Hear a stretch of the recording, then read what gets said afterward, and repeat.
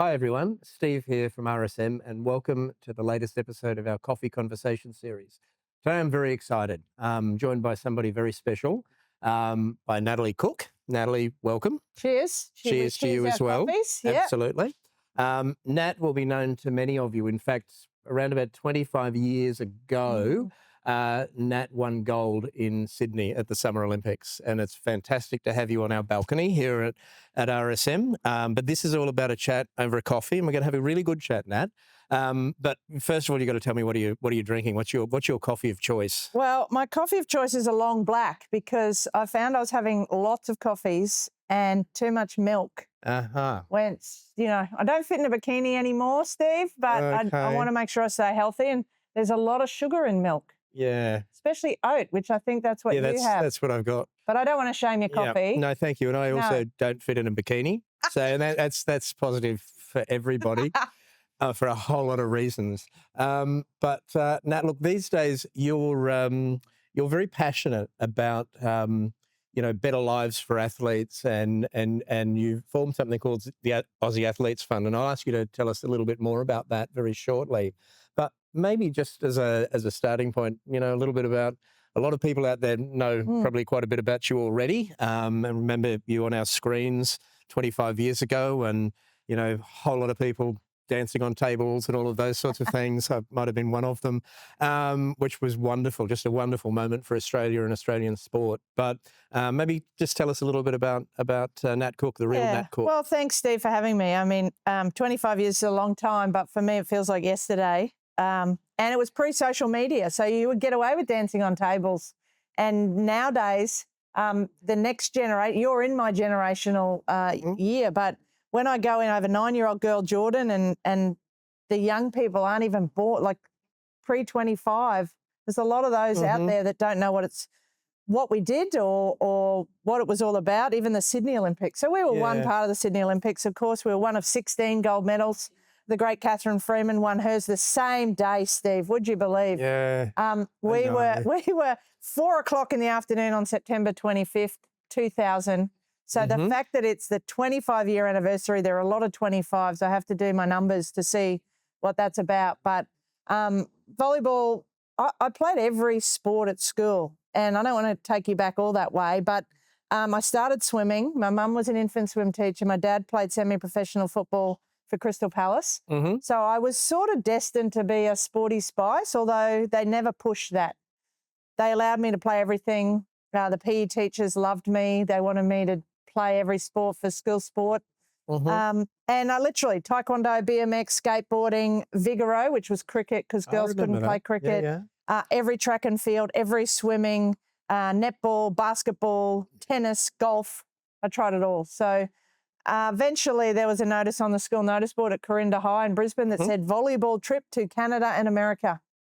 And all I read was Disneyland. Yeah, of course. As I was a 15-year-old kid. I just wanted to go to the happiest place on earth. And that was where the volleyball career took off.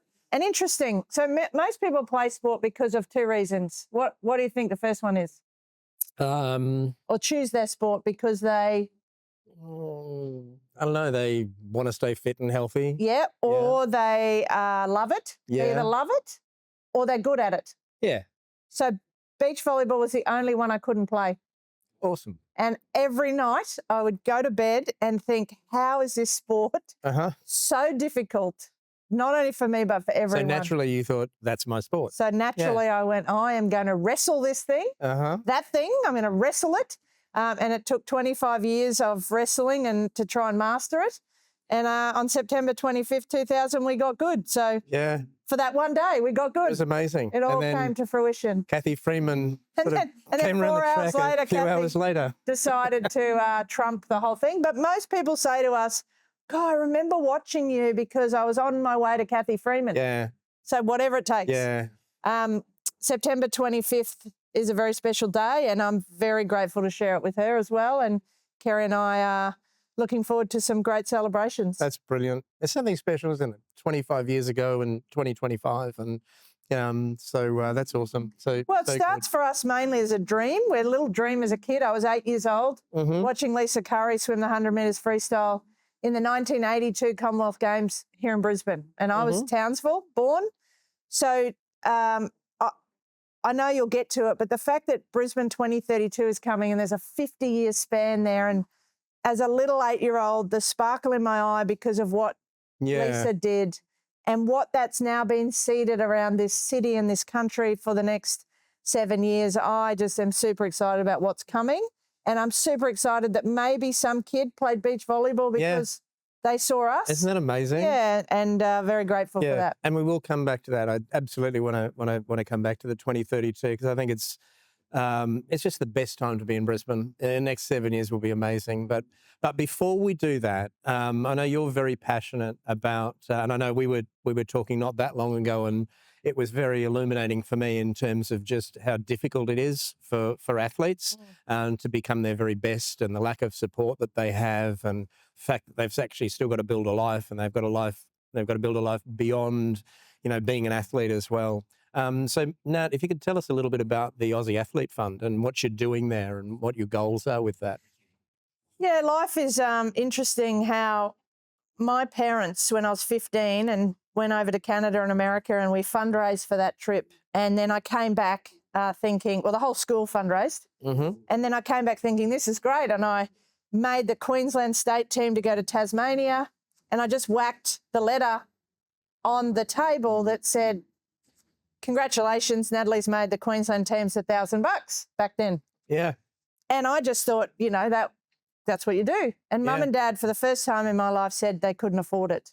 Wow. And so that was the age where a lot happened. And that's a whole other podcast on how I got around all of that. But I started fundraising. And I fundraised my whole sporting career. Even after winning a gold medal, we still had to fundraise. Wow. And fundraising for me doesn't just mean raffle tickets, car washes. It actually means how to collect the funds needed to support the dream.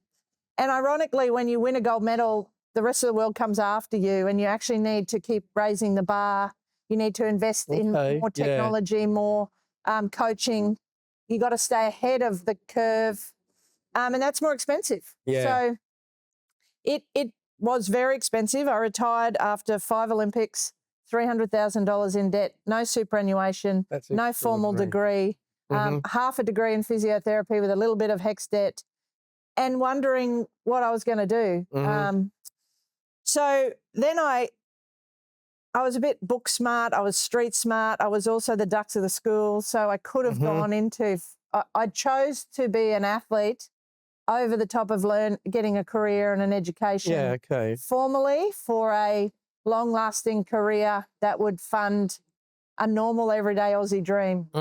And so I had enough now. So I'd fundraised. I then went on the board of 2032. I was a part of the bidding team. I went on the board, which has just recently finished as the governance structures squeezed in a bit tighter. But I couldn't stop fundraising. So when I retired, I had to think of what my personal legacy might be. And how do I teach the next generation to keep them on the fields, funding their own dreams? So I started the Aussie Athlete Fund after reading a book called Legacy. I wondered what my legacy was going to be for the next 20 years after winning. Well, now 25. And this book is an All Blacks book. It talks about life and business. And there was a line in there that said, an All Blacks job is to leave the black and white jersey in a better place. And so my brain went, okay, well, how can I leave the green and gold jersey in a better place? And I chose to do that through the Aussie Athlete Fund. So we raise funds collectively. We teach the athletes how to raise. They get an Australian Sports Foundation page where they can get tax-deductible donations. I then go and pour some money into their accounts based on their efforts. We match efforts. So we give a leg up. We don't give a hand out. We invite them to events so they get to build this amazing connection network. They understand how it works. I teach them how to network so that they've got some skills that might help them after their careers. But I never, ever want an athlete to say, in this country, I had to quit because I couldn't afford it. Absolutely. And I don't know, Steve, if you know that some Aussie athletes still have to pay for their jerseys. That's crazy. You have mentioned that to me before. Yeah, so whether it's a That's nuts. bikini, whether it's a volleyball jersey, whether it's a cycling jersey for a under 23 Australian athlete to go over to Holland. Yeah. And some of those cycling suits are $500 and you don't just need one.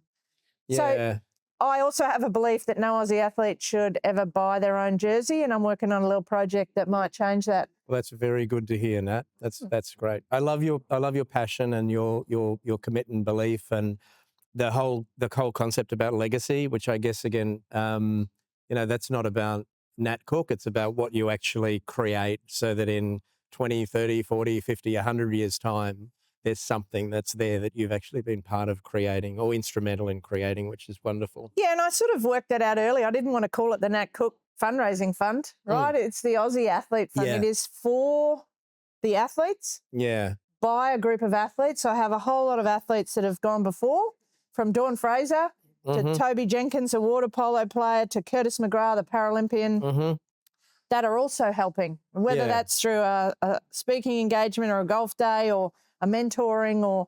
So I've got all of those in the green and gold that want to also contribute to the legacy. Yeah. And come the end of 2032, I hope we've made an impact big enough to sustain the next 20 or 30 years beyond. That's brilliant. And that's also a fantastic segue, because coming back to 2032, we touched on it at the start.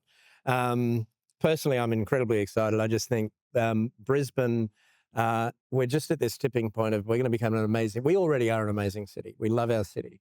But the Olympics is going to do something very special. I reflect on what Expo did for Brisbane. It kind of put us on the global map. And surely what 2032 will do is just going to be that on steroids. It's really going to put Brisbane on the global map even further.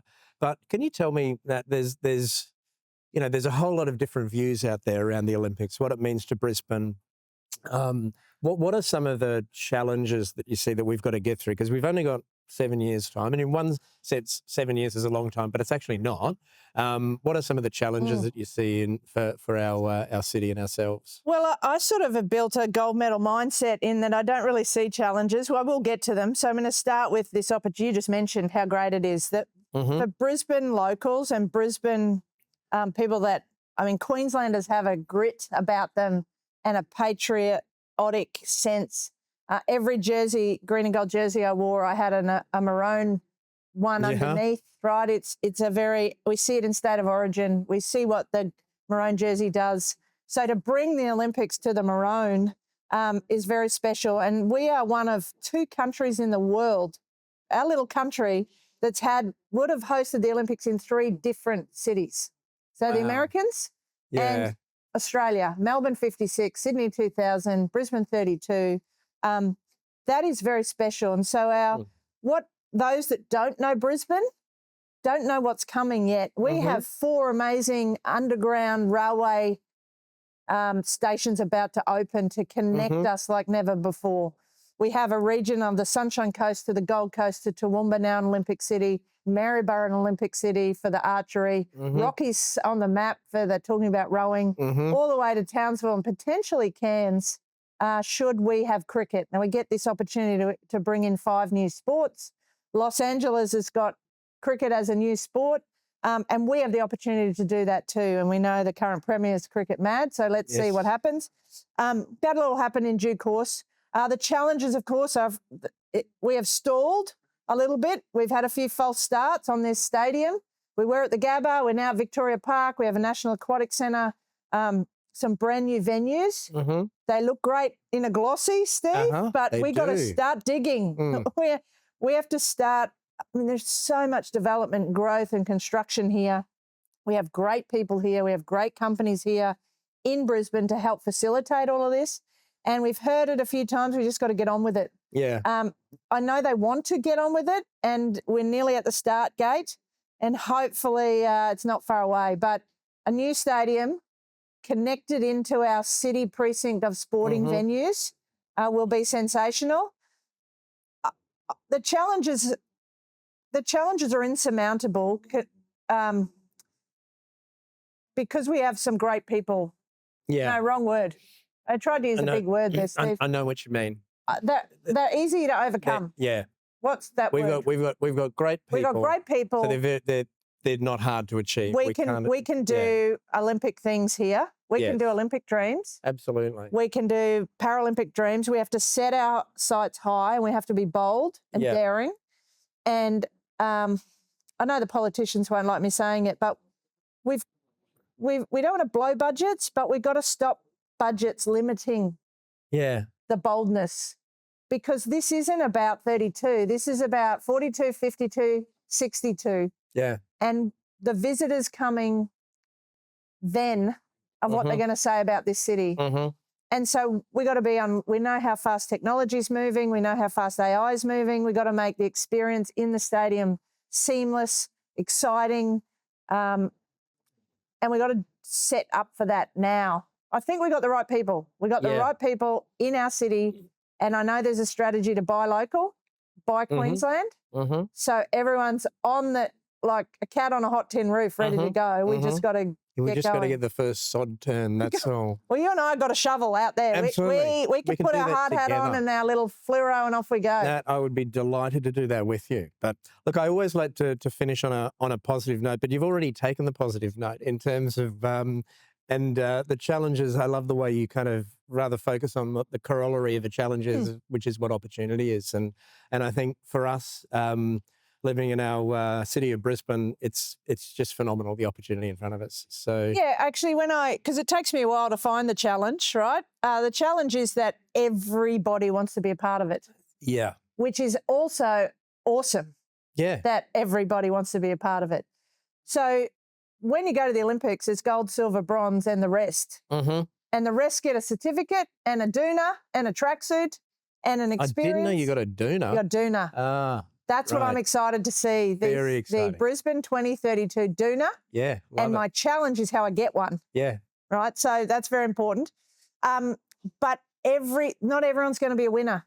Yeah. That is going to be the challenge to sort of temper some expectations. How can you contribute? If you don't win in the business side because someone else has got it, then get a volunteer spot. Get your tickets. Support an athlete. Yeah. In the Aussie Athlete Fund. Back an athlete out of Ipswich, BMX rider Holly, no one knows about. She'll be the next Saya Sakakabara. And so let's get on and help her. Let's buy her jersey. Let's get her overseas. She hasn't gone this year because she can't afford it. Yeah. Next year's World Championships are in Brisbane. We might know who she is. Fantastic. So she's saving her pennies for that. But I love it. The opportunities are vast. They are everywhere, which is part of the challenge. You've got to pick what you're good at. You got to go bold, you got to go hard, and just get amongst it. Fantastic. Nat, thank you so much for joining me. I bought you a present too, so that's your gift. You get your own ball. You can sit it up there on your desk. Proudly. It will sit out on our reception. And we might have to match you up with a volleyball, and now I've given you a volleyball. Yeah, potentially. Yeah, absolutely. But look, I really hope you get that doona. Yes, yes, I'm sure you'll. It's my new gold medal goal. You'll find a way. You'll definitely find a way. But Nat, thank you so much for the chat and for joining us. Thank you all for watching. I'm sure you've got something out of today's conversation, and look forward to seeing you all again next time. And we always finish with a high five. We do. Potentially a bum slap, but Sam can edit that out if it's not appropriate. Oh no, I reckon you should keep that in. Actually, definitely that needs to stay in.